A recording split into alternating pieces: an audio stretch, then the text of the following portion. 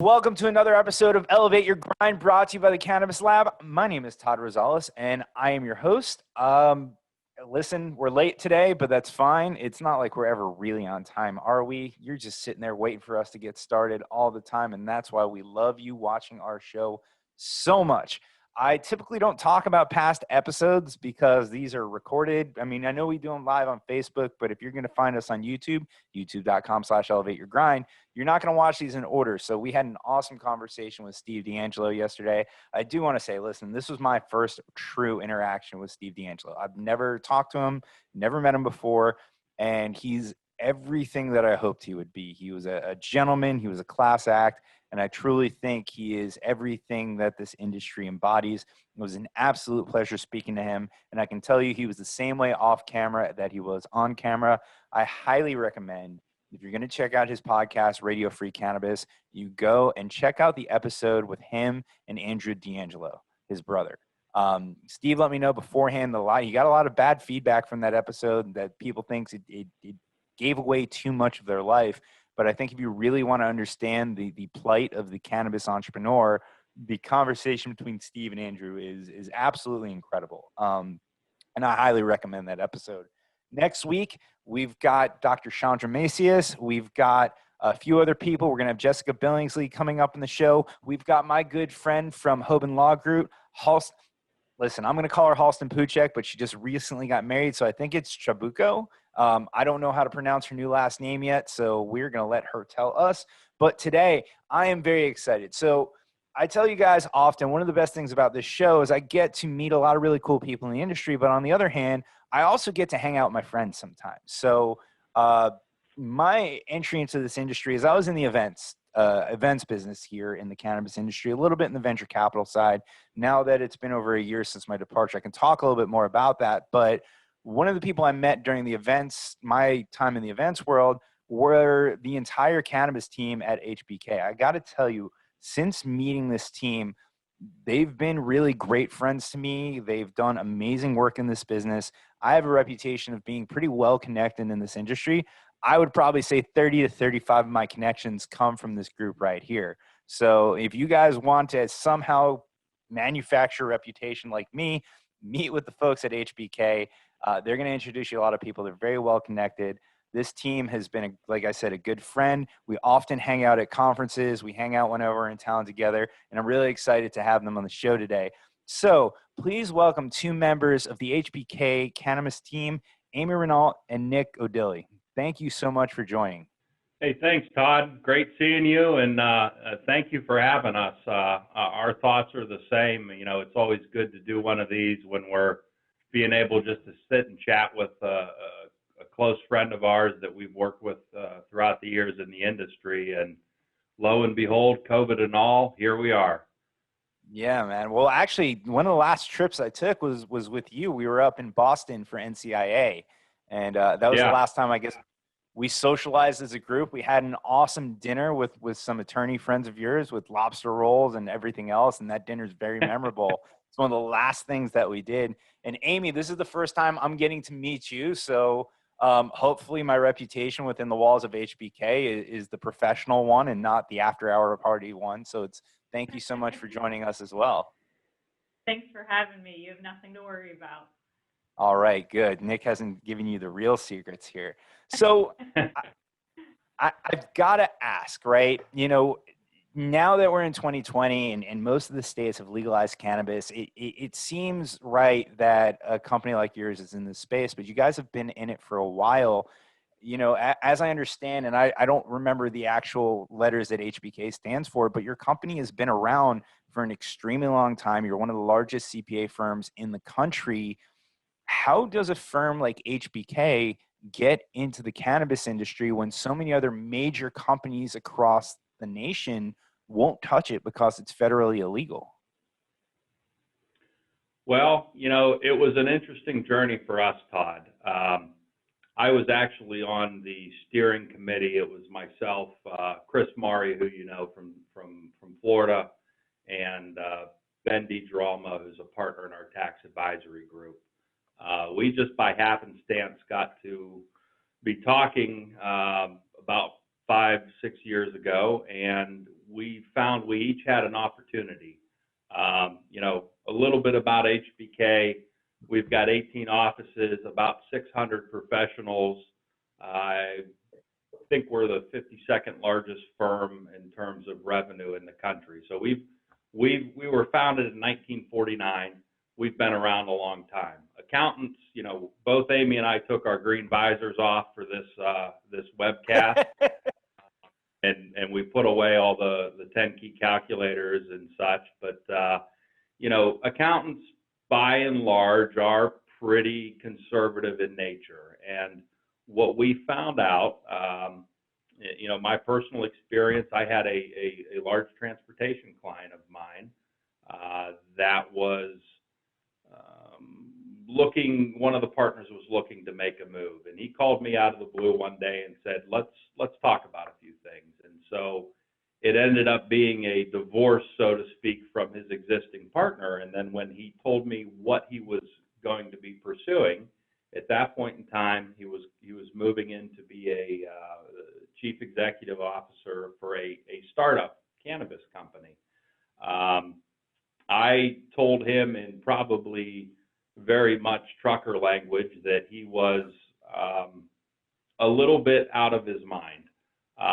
Lo and behold, he reminds me of that every time I see him. He's still a client. But at that point in time, we were looking at helping them move into Texas. Texas initially looked like it had some really, really lucrative conditions that were going to be qualifying. They were positioning to do some licensing.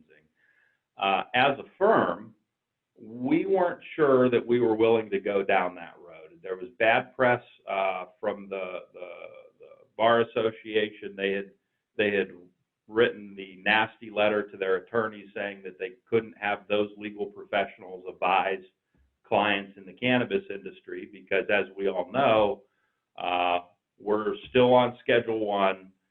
There is still the federal prohibition out there. And so we embarked on a very interesting and enlightening journey of talking with legal counsel, state societies, professional societies, other CPA firms, more attorneys, professional liability insurance carriers, more attorneys, etc. And we came to the conclusion and presented to our partner group that we had these opportunities and we thought it was a great market. And frankly, based on how Hillbarth & King, HBK CPAs and Consultants has been built over the years to be a financial services firm, we felt, the three of us, that we were positioned uniquely to be able to provide some very high value added services to clients in this space. Because especially early on in the industry, one of the things that was very common was that there wasn't the high level of sophistication from the financing and from the financial industries. And any startup industry, especially one like cannabis and industrial hemp, absolutely needs that level of sophistication. Anytime if you go on and just Google cannabis, you're going to see articles about people raising capital, people doing M&A activity, et cetera, et cetera, et cetera. So a huge demand. We started out in the space with 0 clients and have grown significantly every year to where we are in multiple states and multiple countries, touching actively clients that in their markets are some of the market leaders from a privately held perspective. It has been, in my 17 years of practice, probably the most exciting industry to deal with. Little bit of pressure. I mean, something is always needed yesterday rather than tomorrow. But that is how HBK has been built, to be able to provide that high-level tax, consulting, financial service aspect to clients in the industry. Amy, we brought on board, and I won't go very much into her background, but she will appreciate that she is one of the largest Ohio State Buckeye fans that I know. It's an ongoing conversation. But her background is manufacturing. And, one of the very interesting things that most people don't think about in the cannabis space is, from a cultivation standpoint and from a processing standpoint, not only is it manufacturing when you get down into the books and you get into the core activities, but it is a pretty complex level of manufacturing in most cases. And so, what when we looked at ourselves in the mirror as a firm and we said, we have all these disciplines and we can transfer our expertise in these other industries into this industry. And then what we've done since then is build it with professionals such as Amy, who can really take a high level of expertise in her discipline and apply it to an industry that frankly is really almost unlike any other industry that's out there. As and as everybody that's in the space knows, cannabis has went from 0 to 60 in a very, very short period of time. And since the 2018 Farm Bill and the legalization of industrial hemp, although the DEA is somewhat trying to make that a little bit more difficult for all of us, these concerns, these entities have raised a lot of capital, made a lot of capital investment, hired a tremendous amount of professionals from a workforce standpoint, created good jobs, but they're operating in a kind of I'll call it the quasi-legal arena. They don't have a lot of the tools that a normal startup business would have. Early on in the industry, banking was a huge issue. It was very common to have a client call and say, "What do I do? My banks all my accounts got shut down." Think about the challenges that this industry has faced. They've been both immense, but it also tells you quite a bit about the people that are playing in this industry right now. They believe in what they're doing. They're dedicated to moving it forward. And, you could see it on the presidential debate last night.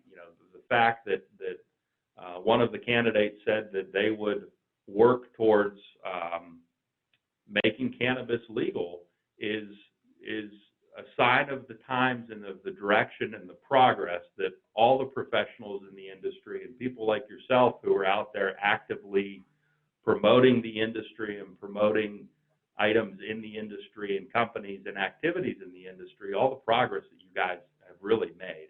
And we're somewhat humbled on this side of the table because we just look at ourselves as lowly numbers people, but really a testament to the quality and the character of people that are out there in the cannabis space. So I would say before our first meeting, I would have thought you guys were numbers people for sure. And I would half expect to see a bunch of adding machines on that table in front of you. But, spending time with you guys at almost every conference in the industry, to me, it seems like you almost appear more as business advisors. And I want to get into that in a second. But Amy, before we move on to the next topic, you have a nice background in manufacturing. What made you want to cross the chasm here and join all of us cowboys and drug dealers, huh? So I joined HBK last year and really came to consult within the manufacturing industry, more of the traditional, manufacturers that you think of. So really that's kind of how my role started. And, throughout that, we obviously have a large breadth of resources at HBK, not only in manufacturing cannabis, but in a variety of industry groups. So as we all started working together, trying to develop our respective industries, there's obviously a lot of crossover. And that's where Nick and myself and Chris and some others in our manufacturing group as well started talking about, the similarities and the ways that we may be able to best use all of our knowledge and service to help our clients. So really, it was kind of that overlap that led me the opportunity to work with Nick and work with Chris. It wasn't necessarily a plan, but it's worked out great so far. Welcome to the industry. I know you've been in it for a little bit, but it's a lot of fun. And I think, Steve D'Angelo and I talked about this yesterday. It's an industry that has an opportunity to be different from traditional business. And it is a little bit more inclusive. It's a little bit more lighthearted. It's a little bit more fun to be in. And I think that's why we're all enjoying this so much. Going back to that interview that I talked about between Steve and Andrew D'Angelo, one of the reasons why I liked it so much is the interview ends with Andrew talking about the integration of cannabis people and business people, because that's really what this industry needs to move forward.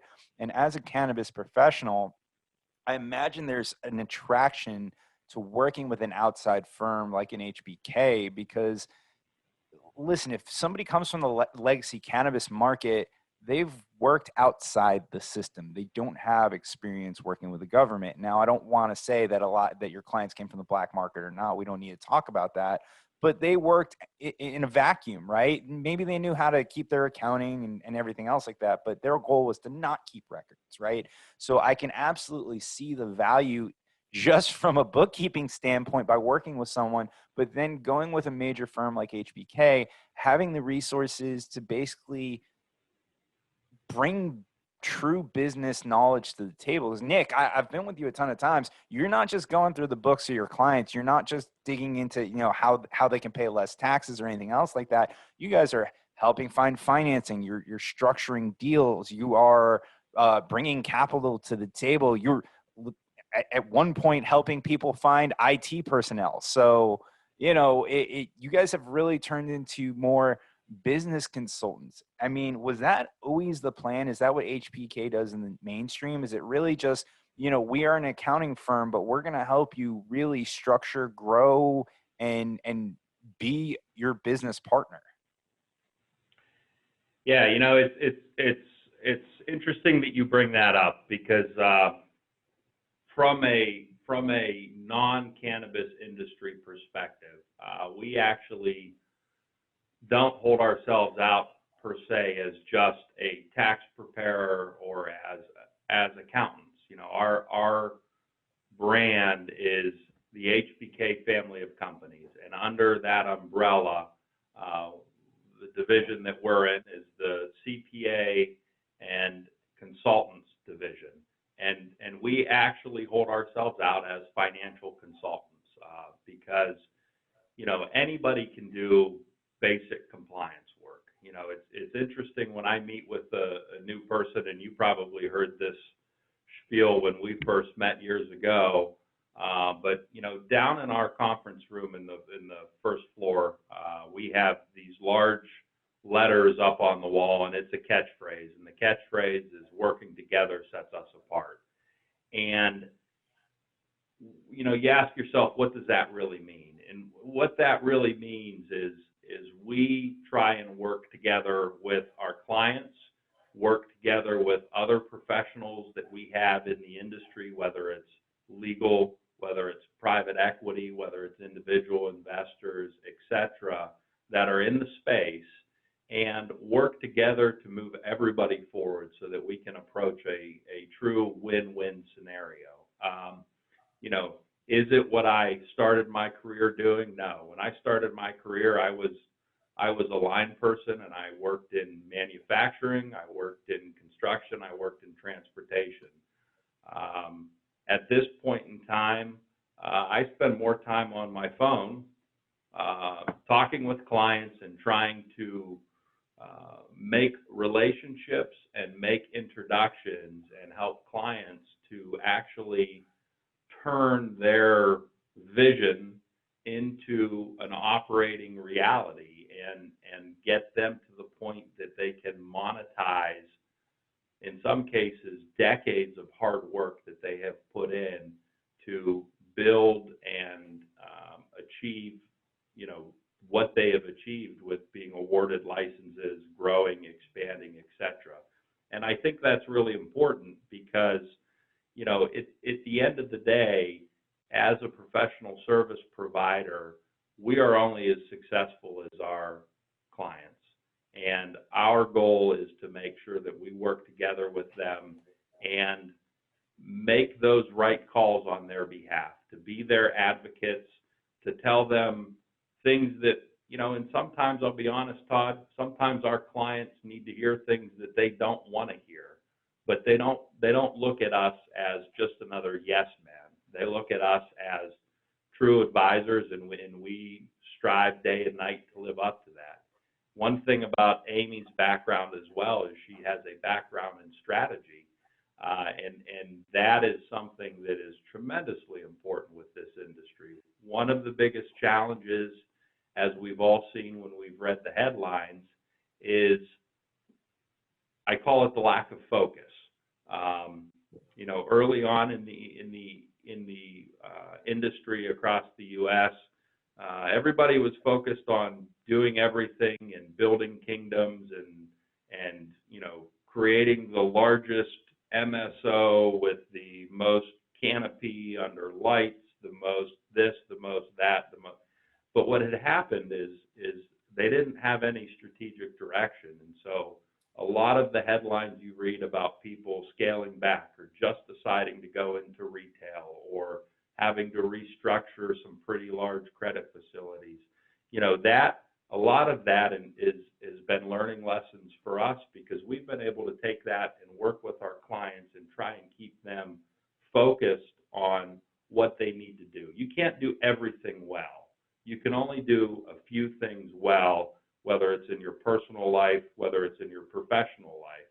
And the key to doing those few things well is to have a zeroed-in focus on what you're currently doing, but also what the next steps are, because those are important. It's a methodical process. And, we've been very fortunate that, like I said, we've got an unbelievable team of professionals. We've got an unbelievable team of contacts in the industry, people like yourself, lots of attorneys, insurance people, et cetera, et cetera, et cetera. And most importantly, we've got some great clients that, just like us, aren't afraid of some hard work. And we've been able to help grow and to grow with them and grow with them the right way, not explosive growth that is, just there for the headlines, but sustainable growth that adds value, that creates jobs for clients, that really, helps them build into truly world-class facilities and operations. You're right. I remember, in the early days going to a few of these investment conferences, and I remember hearing people be like, oh, they have so much, their canopy, they have this much square foot of canopy and this, and their grow is this big and that. You don't hear that anymore unless they're a notable, profitable company, right? The size of your grow doesn't impress anybody anymore. Actually, it probably works against you if you don't have everything else to back it up. So it's amazing how much that has changed. And I think we've had numerous amounts of conversations about the MSOs of the futures are going to be the ones that stayed in their state, stayed in their lane, figured out how to make it work, and then started expanding just like a normal business would, right? A lot of the early MSOs thought they were Uber or thought they were Amazon or Facebook and thought that they could hemorrhage money until they got enough market share. But at the end of the day, this isn't tech. It's agriculture, it's manufacturing, it's logistics, it's retail. It's so many different things that, it's not really a cannabis industry. It's a cannabis industry because it's a Schedule I drug, but it's a lot of industries together that make this cannabis ecosystem. So, Amy, out of the three of us, you're probably the newest to the industry, not by far. What has been the biggest challenge that you've seen coming from traditional manufacturing into cannabis, besides the fact that you're working with a Schedule I drug? But, what are some of the things that just kind of either caught you by surprise or that you didn't expect? Because I can tell you, in my opinion, everybody says, oh, our industry is different, you're not going to get it. But just a lot of core things that are very similar. I truly think for the first time, we are the one industry that can say that we are different, and you're going to have to learn how things go here. Yeah, I think what you see a lot of times in more traditional manufacturing is that those who are in the industry have been in the industry for their entire career. So they've adopted best practices they've learned not only from their education, but also through, their previous employers, and kind of brought those from one organization to the next. A lot of times it's not even that those individuals stay in manufacturing. It's the same subset of manufacturing, whether it's steel or plastic or food or whatever it may be. I think what we've seen in cannabis is really the backgrounds are quite a bit different. You may be looking at capital raises. You may be looking at understanding the actual industry. But it's not that, the industry hasn't existed long enough in a legal aspect for people to take their whole career in that path.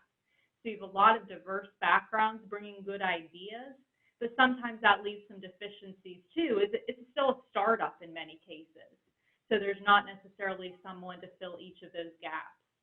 So ultimately, I think just the formation of the businesses is a little bit different, and it leads to its own challenges, not only in the accounting realm, but really in operating that business. It's interesting. Yeah. I mean, with your background in strategy, I imagine that you probably blow a few people's minds just kind of sitting down and giving them some kind of basic insight that they're just not thinking about, coming from a non-traditional manufacturing background. When I say that, coming from a black or gray market. Sure, and ironically, we actually see that in a variety of industries. Sometimes it's difficult to take yourself outside of your business and really look at that bigger picture and where you belong and where you should go next. And I think that's one area that we're not necessarily unique in cannabis. I think that's a common problem regardless of the industry. But I think it's a really important consideration, and potentially even more important in cannabis just because of the evolution of the industry that's still ongoing. Well, I think the education and the information that a company like HBK brings to the cannabis industry in general is extremely valuable, because there are so many pieces to being a legitimate United States business that you have to deal with that these operators just have not had to deal with. I mean, going back, just looking at taxes, right? We 3 years ago, 4 years ago, even as long as 2 years ago, you could not go to a cannabis conference without hearing about 280E and its importance to the industry. And now you don't see it anymore, which is crazy to me, because it's not like all of a sudden in 2018, people stopped entering this industry. How important is 280E still to this industry? Is it still something? I imagine it's still something that cannabis companies have to deal with on a daily basis, an annual basis, and it's not something that has been, I don't even think it's been proposed to go away yet. Well, not quite yet.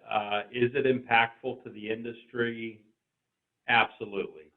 It is a additional cost of business that those in the cannabis industry have to deal with, and my opinion is it's one of the areas in the Internal Revenue Code that, although it was created for the right reasons, I think we're seeing that those right reasons, and that even goes to the CSA and cannabis being listed as Schedule 1. Those right reasons aren't right anymore. As we all know, Schedule 1 means that there's no valid medical purpose at all, right? That's not the case. In 280E, yes, it's still a concern, but I think the reason that you're seeing less focus on it is, well, number one, it's only like 70 or 72 words, right?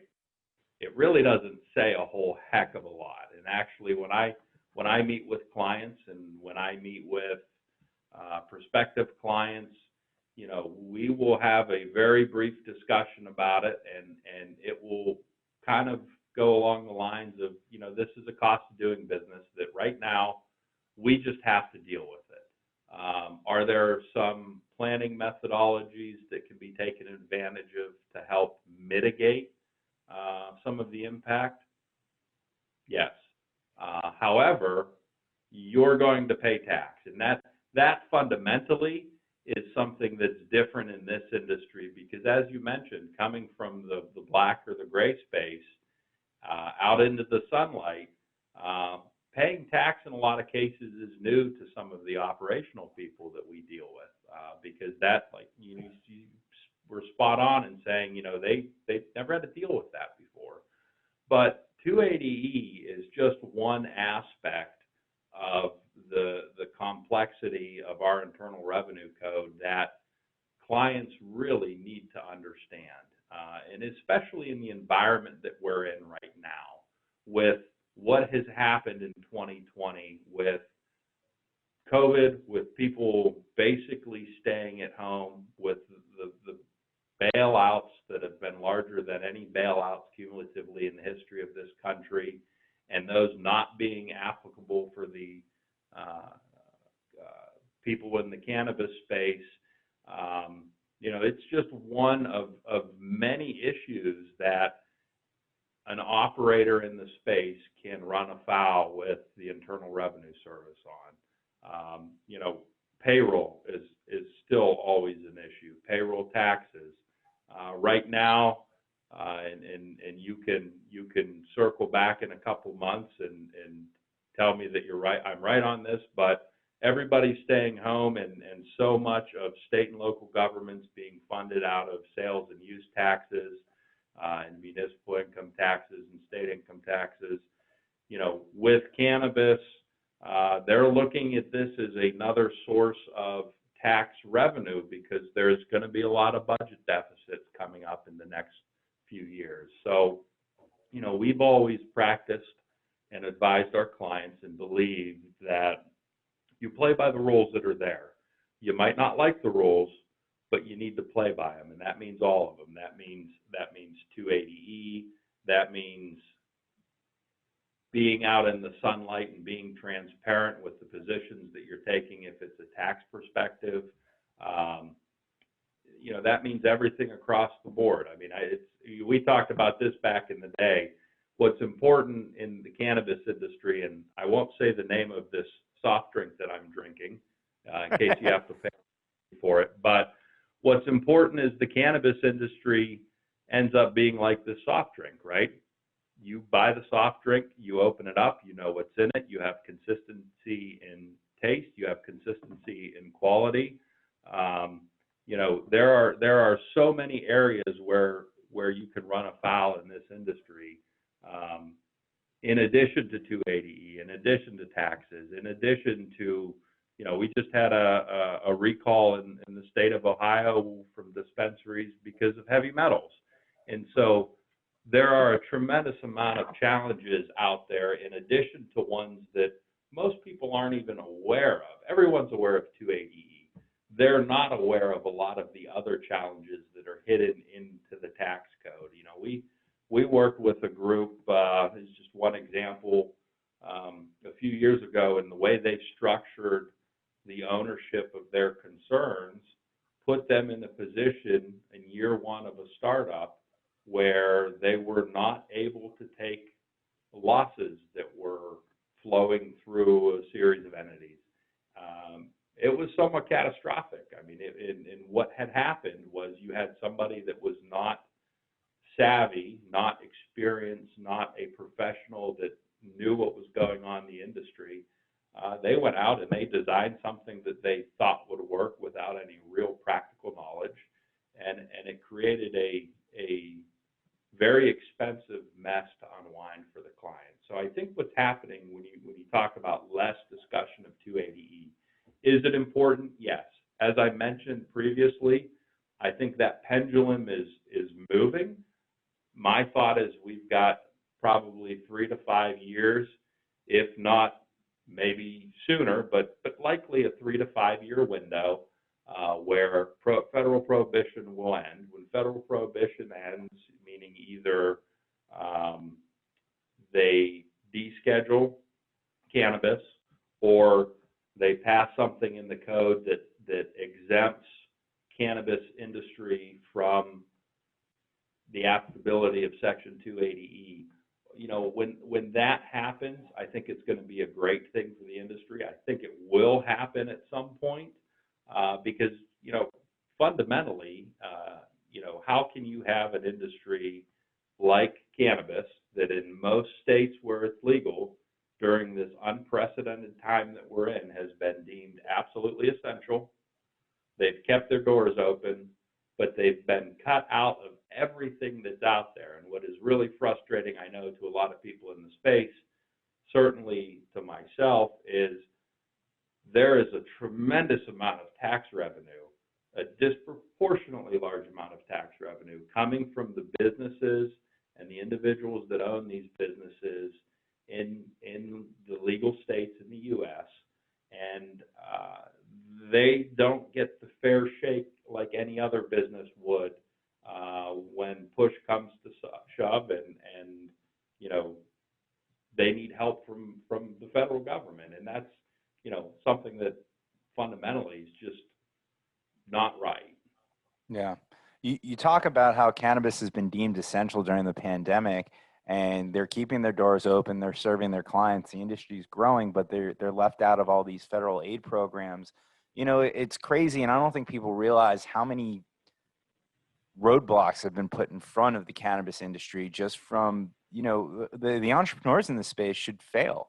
They're set up for failure between not being able to market through traditional marketing channels. You can't use Google ads or paid social media, you know, having to deal with a very highly regulated environment, not being able to get federal aid, just so many different things. I'm always an analogy person, and I just have this image in my head. If anybody watching remembers the No Man's Land scene in Wonder Woman, where Wonder Woman jumps up out of the trench during the war and starts going across the battlefield, and, you know, she gets shot once and flicks it away, and then again, and the next thing you know, the German army is putting everything they have, firing at her shield, and she just keeps going. Like, that's what I look at this industry as, because I feel like everything is being put in front of this industry for it not to succeed. And people are just so passionate and love this industry so much that they're willing to put up with so much garbage to just keep going, that one day we're going to see the light at the end of the tunnel, and we're going to be accepted just as another business. I mean, you know, you look at California, the amount of taxes when you go and purchase cannabis in California, I mean, you're paying 30%, 35% in taxes. I remember going into a dispensary, and I might be wrong on that number. I just remember it being like putting together like $280 worth of cannabis, and my final bill at the register being $400. It's just ridiculous. And then on the other side of it, the not being able to do certain write-offs and everything else, you know, you guys know more about that than me. Realistically, people, entrepreneurs, people should look at this industry and say, oh, that's hard. I can't do that. And people are coming here, they're being successful. And we're starting to see some true great entrepreneurs emerge in this, what I would call the 2.0 of the MSOs. I mean, I don't know how you guys feel about that, but I feel like this industry has everything working against it, and it just keeps pushing forward. Yeah, I would agree. You know, to your Wonder Woman's no man's land analogy, I think you're spot on with one exception. There is also a German toll booth every 5 feet that she has to go up to and peel off the bills in cash, because we're in the cannabis industry. She can't swipe her card, and she has to pay a toll every step she goes. And so you're right. There is a tremendous amount of challenges, whether you go back to the suspicious activity reporting, the bank accounts, the inability to use traditional financing mechanisms to go out and, you know, just go to a bank and get a working capital line. All of this stuff has to be done in cash. It has to be done in a lot of cases. Now it's evolved, but it has to be done in a lot of cases with the worst tool and the worst vehicle available to anybody in the country. And so to you know, when you really get involved with, you know, clients and serving in this space, and you know, you've seen it as well, and we've talked about it before. You know, these are some of the most hardworking, focused, persevering people, where frankly, I think if you take anybody in the cannabis space and put them in any other industry requiring a similar skill set, they'll be tremendously successful, because they're successful and they really have the deck stacked against them. And what's really exciting to see is, I remember when we first went to market and it was published on the website, and we had our material.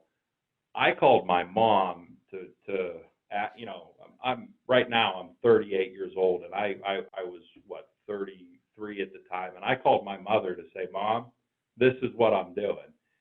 And even her attitude has evolved over time.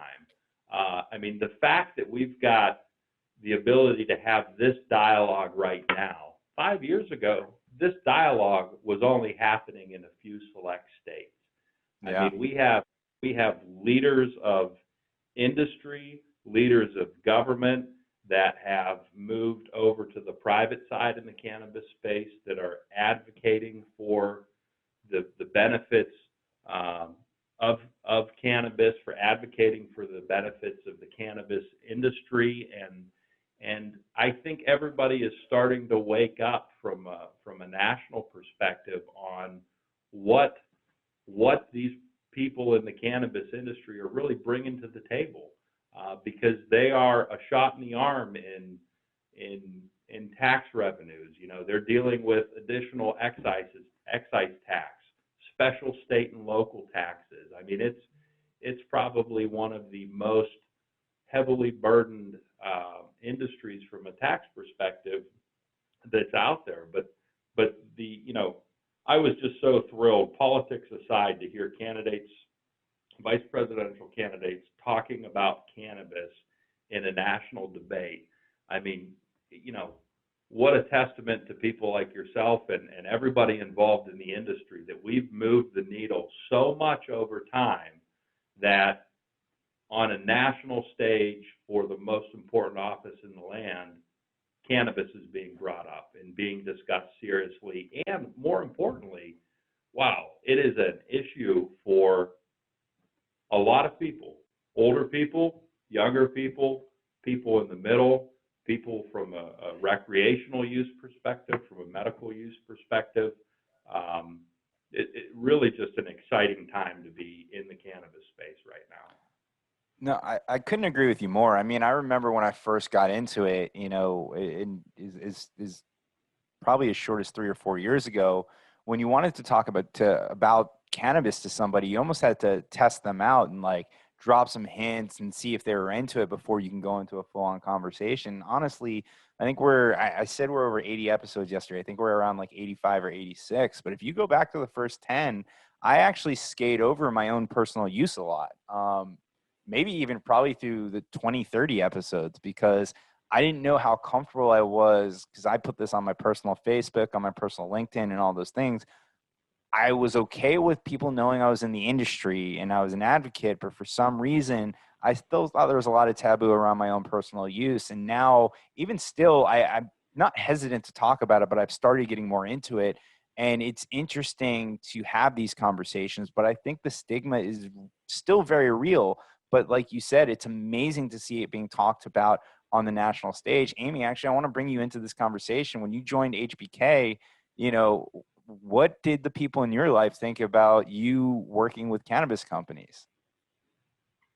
It was interesting. I really took a complete career change from what I was doing to what I was going to do. So it was a lot of newness. So I think they were nervous about, how big of a change I was making, not only, getting involved in this space as well, but just in my natural career path. So I think there was some anxiety from that perspective, more so than anything else. But I don't think, especially in my age group, I feel that there's even some differences as well. I don't believe that there was too much stigma about the cannabis portion as much as, just the career change. Yeah. Well, they can use CBD for that anxiety. No, I'm just kidding. But so we talk, a lot of the conversation that we've had thus far has been about what I believe will be a smaller portion of the overall cannabis landscape as we start going forward, right? Adult use and medical cannabis, to me, is going to be dwarfed by a wellness component. And then what I'm most excited about, Nick, I think you guys at HBK are involved in, is going to be industrial hemp.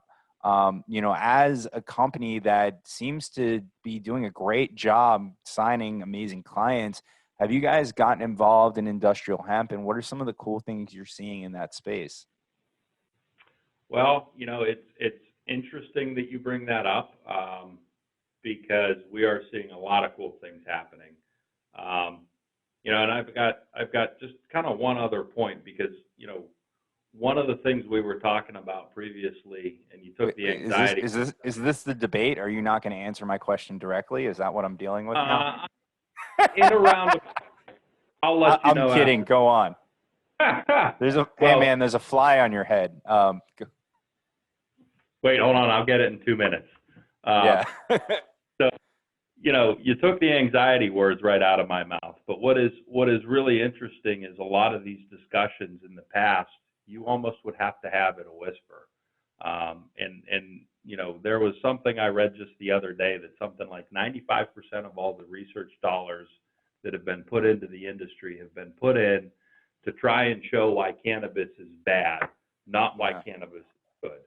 And that does parlay very well into the question that you asked and the exciting things on industrial hemp.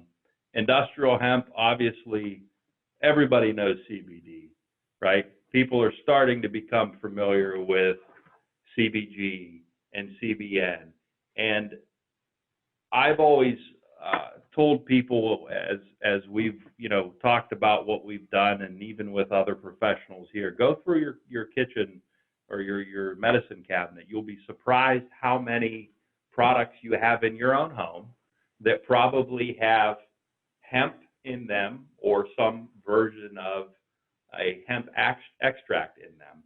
What's really truly exciting, and I think the reason why hemp will by far exceed the cannabis space, maybe not right now, but eventually, is all of the other uses. Okay, so yes, we know about smokable flower, about distillates, about isolates, et cetera, et cetera, et cetera.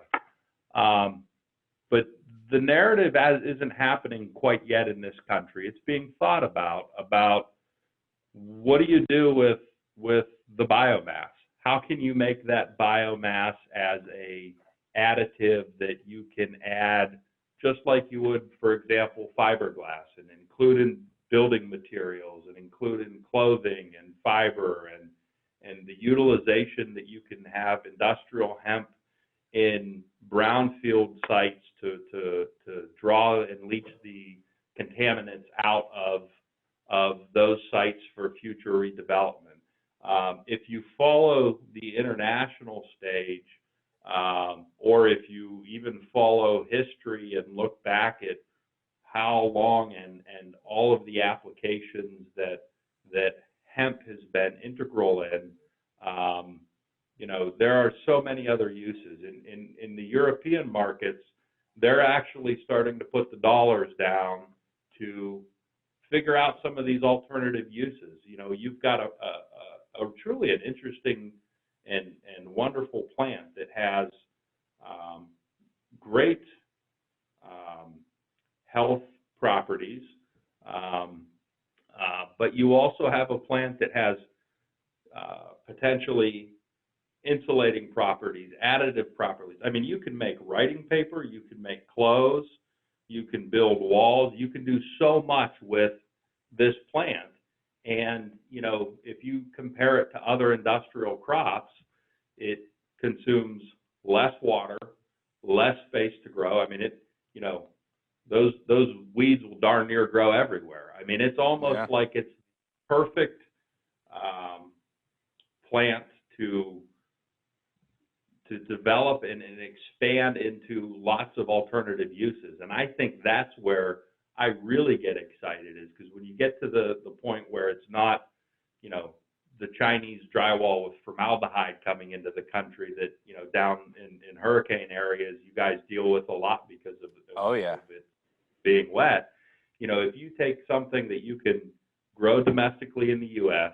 in multiple different environments, come up with these health benefits, but also use it like it's historically been used. There are tremendous tremendous applications out there that have not been commercialized, or at one point they were commercialized, but when prohibition switched over or was shut off for alcohol, they kind of refocused those efforts on, making sure the kids didn't have the devil's lettuce anymore.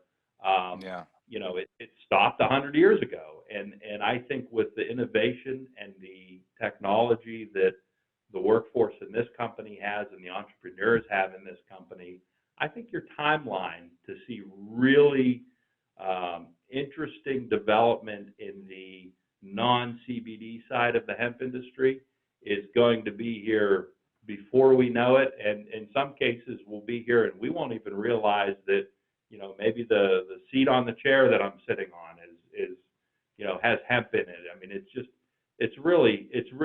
I could talk about this for days and days and days. It's so exciting just to see this evolution and also those next steps that are coming down the road. Yeah, that's what excites me the most. I mean, when we talk about adult use in medical cannabis, as an advocate and a user and someone who supports it, like I was excited. I was very excited for it. I was glad the market came around. But I can tell you, as soon as they opened medical cannabis here in Florida, I essentially got what I needed to be able to consume something that I enjoyed without the threat of legal action. I don't want to say my excitement died down, but there's a lot, when I talk to people about the cannabis industry, there's a lot of negative connotation talking about what's wrong with it.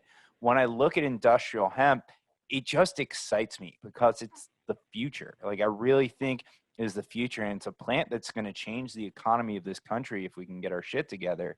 I think the world kind of looks at cannabis advocates, as crazy because all they think about is Cheech and Chong and the stoner mentality. When, you talk to a guy like Steve D'Angelo, who has a smuggling background and has a background in the black market, but what excites him most is the future of industrial hemp.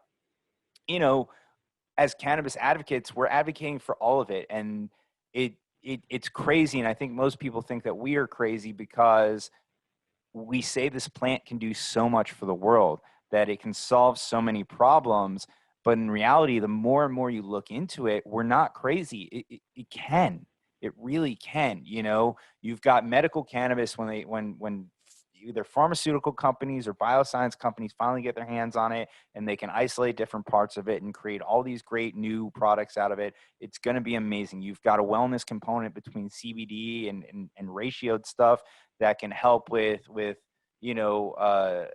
so many kinds of disorders like autism and other things. You've got just regular cannabis that can help people with anxiety and sleep. And then you've got industrial hemp, which is going to replace concrete and plastic and metals and all this different stuff.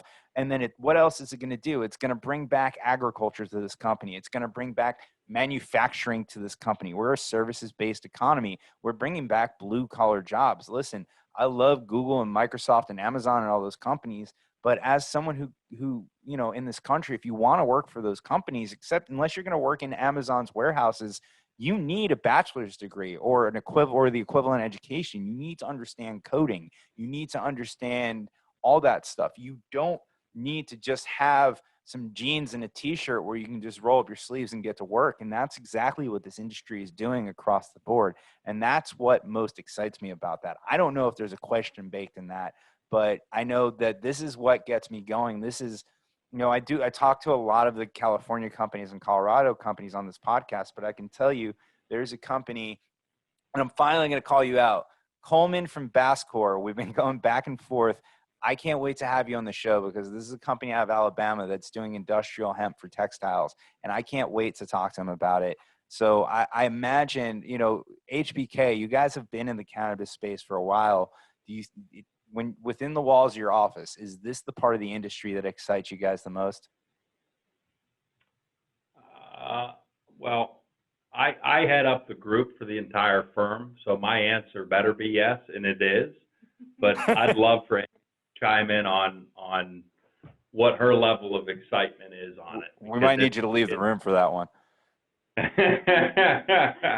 No, I think anywhere where we can see, clients or potential clients, innovate, do something new, bring something exciting, and we get to be part of that excitement, we get excited too. And I know I use the word excite a lot in that sentence. I do it all the time, and I've done 87 episodes, so go on. Oh, good. I'm glad to hear that. Well, I mean, we share our successes with our clients. We share their failures. We want to see them be successful and any opportunity we have to help them do that and get to share in that excitement. I mean, we're more than happy to do. Very cool. Well, I imagine as the industrial hemp, call it industry, if you will, starts to grow and starts to become bigger, that Amy, your skill set and honestly your time is going to be slammed. And I can almost see within the walls of HBK a whole nother division within the cannabis division focused on industrial hemp. So I'm excited for you guys. I mean, I'm what I'm most excited about is to get back to the conferences and going back to hanging out with you guys and having fun and learning together and meeting people. I can't wait for that. We've actually gone an hour since our late start, which is awesome. Last thing I will ask you guys before we go is give me your viewpoint or prediction you have for cannabis for next year. Where do you see the industry going, and what are you excited about? Well, I think 2021 will be more exciting than 2020 was. Where the challenge is going to be is getting, if you were on shaky ground going into 2020 and you've made it through this point as a business, that's good, but we're not at the end of the road yet. It's going to be, the evolution you're starting to see on the hemp side of things. Somewhat a commodity. There was a huge fluctuation in pricing. You're starting to see price stabilization, which is a good thing. You're starting to see less long-term fixed production contracts out there, which is a good thing because that means that the pricing and also, more importantly, the demand is out there so that these businesses can work and thrive. I think on the cannabis side and the hemp side, 2021, particularly, I'm going to say Q2, Q3.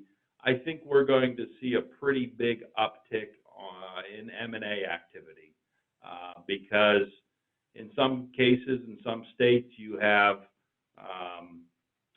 lots of facilities coming online and fully crossing over from the red into the black. They're post-revenue. We've got 5 additional states that are on the ballot this coming November for some form of legalization. I think that puts us at 38 that would have it. I can remember when it was a lot less than that. But what we're also starting to see is the maturity of the industry, and this industry, by the results of federal prohibition, is a industry that has high barriers to entry because of the capital investments, the state regulation system, state by state. It is extremely segmented. You're going to see lots of restructuring and roll-ups and other M&A type things on a state-by-state basis. And I think you're going to see continued growth and continued acceptance. One of the rules I like to live by is I always like to advance myself personally every year, be one step up the next year. And the cannabis industry overall, I think, has done that every year that we've been involved with it. I'm sure every year that you've been involved with it. It's an industry where the companies and the professionals serving in it absolutely learn from their mistakes and their challenges. And I think once we get through this current pandemic that we're in and get to a point where we can get back somewhat to business as usual, we're going to see a lot of pent-up demand and people that have spent this time thinking about ways to innovate and thinking about ways to develop new and exciting products to take the industry overall to really the next level. And honestly, I think 2022 will be even more exciting than 2021. I mean, there's, we've all been sitting around staring at each other or staring at, it Zooms and, a lot of this industry, so much of it is done, the business is done in person. We always talk about how great it is to go to some of these events, but that all the business happens before or after. And that's when connections are made. That's when ideas are exchanged. That's when, the best and the brightest get together, and what comes out of it is something even better. And I think 2021 is going to be just awesome to be in this space and to be working in the industry with the people that are out there. It's going to be really exciting. Absolutely. Amy, I think Nick took all the answers, but if you want to add to that, you're welcome. I think the pandemic has taught business owners a lot, regardless of the industry. And I think 2021 and 2022 are going to be, full of change across the board. How we treat public health could be a consideration, but also how we do business. And, do we have more of this video type business activity versus the in-person? How do we make sure we're flexible and adapt? How do we go about all that day to day? And I think that will translate to the cannabis industry as well. Like Nick said, a lot of this is done in person now, but I think we're all going to see a lot of evolution and really kind of a revolution in some general business practices.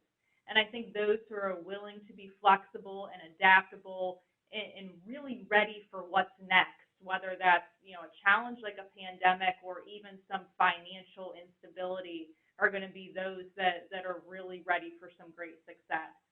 So I think we're in for a few interesting years here across the board, and hopefully for, most of our businesses, it'll be some good growth and some exciting things ahead. Oh, I agree with all of that. I get excited. I think this industry just gets better and better the longer it's been around. We've passed so many different roadblocks, and it's been amazing. You guys have been great friends. I've always enjoyed spending time. Amy, I can't wait to spend some time with you in person. Especially if you're anything like the rest of the group. They've been amazing. We've always had fun. I can't wait to get back to events. It's fun. Yeah, we're not allowed to talk about some of that fun maybe, but and then you guys have gone so far that one of your colleagues actually wrote the book on evaluating companies in this industry. Your colleague, Stacey Odille, I'm sure we'll have her on the show eventually. I think you folks can pick this up on Amazon, but I read that book. It was an awesome education. I highly recommend it. And the last thing before we let you go, let's make the marketing department happy. How can we get a hold of you? Where can we find you? Websites, anything else? Just let's end it here. So HBK's website, and everybody tells me I don't need to say www anymore, but it's HBKCPA.com. Under the industry tab, there is a link to the cannabis industry. My information is on there, as is Chris Mari and Stacey Udell, who's from our valuation group, whose publication that you just held up there. My email is nodille@hbkcpa.com. Feel free to reach out and Amy, if you want to give yours as well. And then obviously, if anybody has wants to have a discussion or a video chat or something, you can always reach out to through you, Todd, and you know how to get a hold of us on the numbers that we answer all the time. Sure do. I'm not going to throw out that on the cell phone right now, but at some point, I'd be more than happy to help people in the industry as we can. Awesome. Well, thank you guys so much, and thank you everybody at home.